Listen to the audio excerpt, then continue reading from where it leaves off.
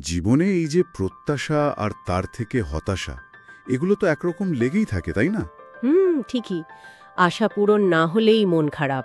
তো ভাবছিলাম, এই প্রত্যাশাগুলো কি একটু নিয়ন্ত্রণে আনা যায়? শ্রীকৃষ্ণের শিক্ষা, ধরুন ভগবদ্গীতা, সেখানে কি কোনো পথ আছে? অবশ্যই আছে। গীতা তো এ বিষয়ে অনেক কথাই বলে। আমাদের হাতেও একটা লেখা এসেছে, কৃষ্ণতত্ত্ব, প্রত্যাশা কমানোর উপায়। ও আচ্ছা। তো ভাবছি আজকের আলোচনাটা এটা নিয়েই করা যাক। ফলাফলের চিন্তা কমিয়ে কিভাবে একটু শান্তি পাওয়া যায়। দেখা যাক লেখাটা কি বলে। বেশ ভালো বিষয়, চলুন শুরু করা যাক। লেখাটার শুরুতেই যেটার উপর জোর দেওয়া হয়েছে সেটা হলো কর্মযোগ। খুব গুরুত্বপূর্ণ একটা ধারণা। ফলাফলের আশা না করে নিজের কাজটা, নিজের কর্তব্যটা ঠিকঠাক করে যাওয়া। ব্যাপারটা ঠিক কি? হ্যাঁ, গীতার খুব বিখ্যাত একটা শ্লোক আছে না, কর্মণ্যেবাধিকারস্তে মা ফলেষু কদাচনা। হ্যাঁ, শুনেছি। মানেটা কি দাঁড়ায়?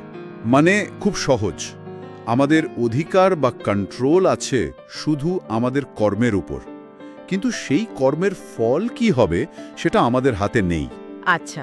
তো মূল কথাটা হলো নিজের সেরাটা দিয়ে কাজ করো, কিন্তু তার বদলে কিছু পাবে, সে প্রশংসা হোক বা পুরস্কার, এই আশাটা রেখো না। কিন্তু এটা বললেই কি হয়?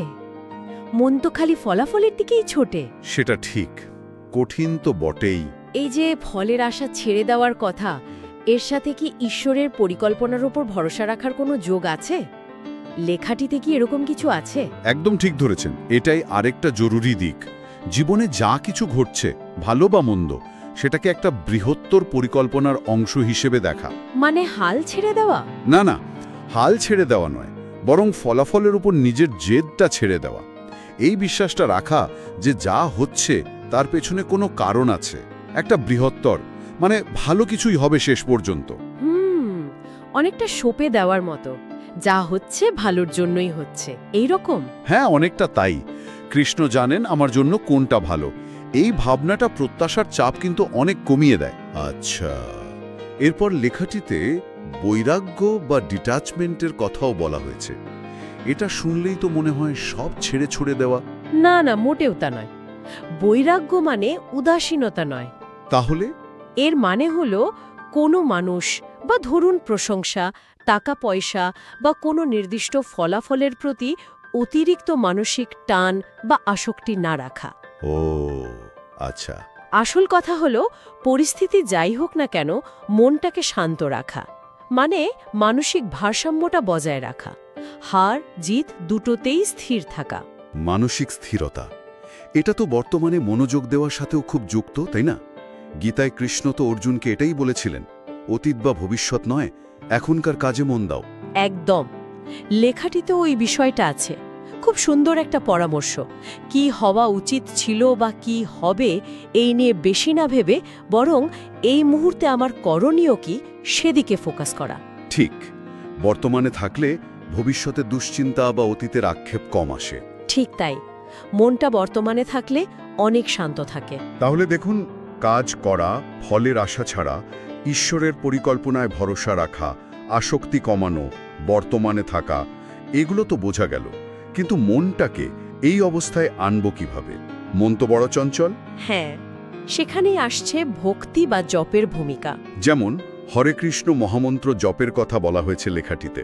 ঠিক, এই ধরনের অভ্যাস যেমন নাম জপ মনকে শান্ত করতে খুব সাহায্য করে। আর একটা মজার জিনিস হয়। কি রকম? আমাদের মনোযোগটা নিজের চাওয়া পাওয়া, নিজের ইচ্ছা অনিচ্ছা থেকে সরে গিয়ে একটা উচ্চতর চেতনার দিকে যায়। তখন ওই ব্যক্তিগত প্রত্যাশাগুলোর জোর কমে আসে ন্যাচুরালি। আচ্ছা, বুঝলাম। আর সৎসঙ্গ, ভালো বা আধ্যাত্মিক মানুষদের সঙ্গ করা, গীতা পাঠ করা, এগুলোর কথাও তো আছে। হ্যাঁ, অবশ্যই।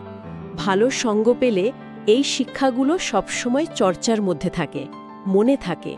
আর রোজ যদি অল্প করেও গীতা পাঠ করা যায় তাহলে ধারণাগুলো আরো গেঁথে যায় মনে। একদম। তাছাড়া অন্যদের জীবনের সাথে নিজের তুলনা করার যে প্রবণতা, সেটাও কমে আসে।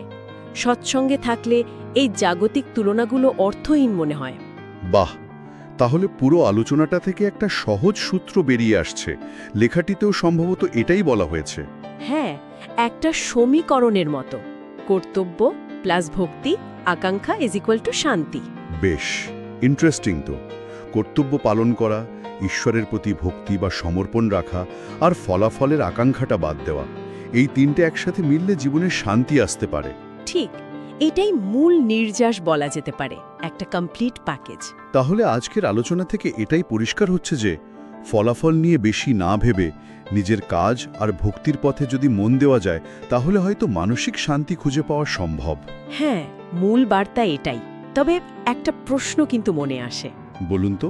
এই যে এত প্রাচীন জ্ঞান, এই ভগবদ্গীতার শিক্ষা, আজকের এই এত দ্রুত বদলাতে থাকা, এত প্রতিযোগিতার যুগে এগুলো মেনে চলা বা প্রয়োগ করা, সেটা কতটা বাস্তবসম্মত, কতটা চ্যালেঞ্জিং? এটা সত্যিই ভাবার মতো প্রশ্ন। আর সেই পথে চলার চেষ্টাটুকু, মানে পুরোপুরি না পারলেও কিছুটা চেষ্টা করাও কি ব্যক্তিগত শান্তি খোঁজার ক্ষেত্রে একটু হলেও সাহায্য করতে পারে? এটা বোধহয় আমাদের সবাইকে একটু ভেবে দেখতে হবে।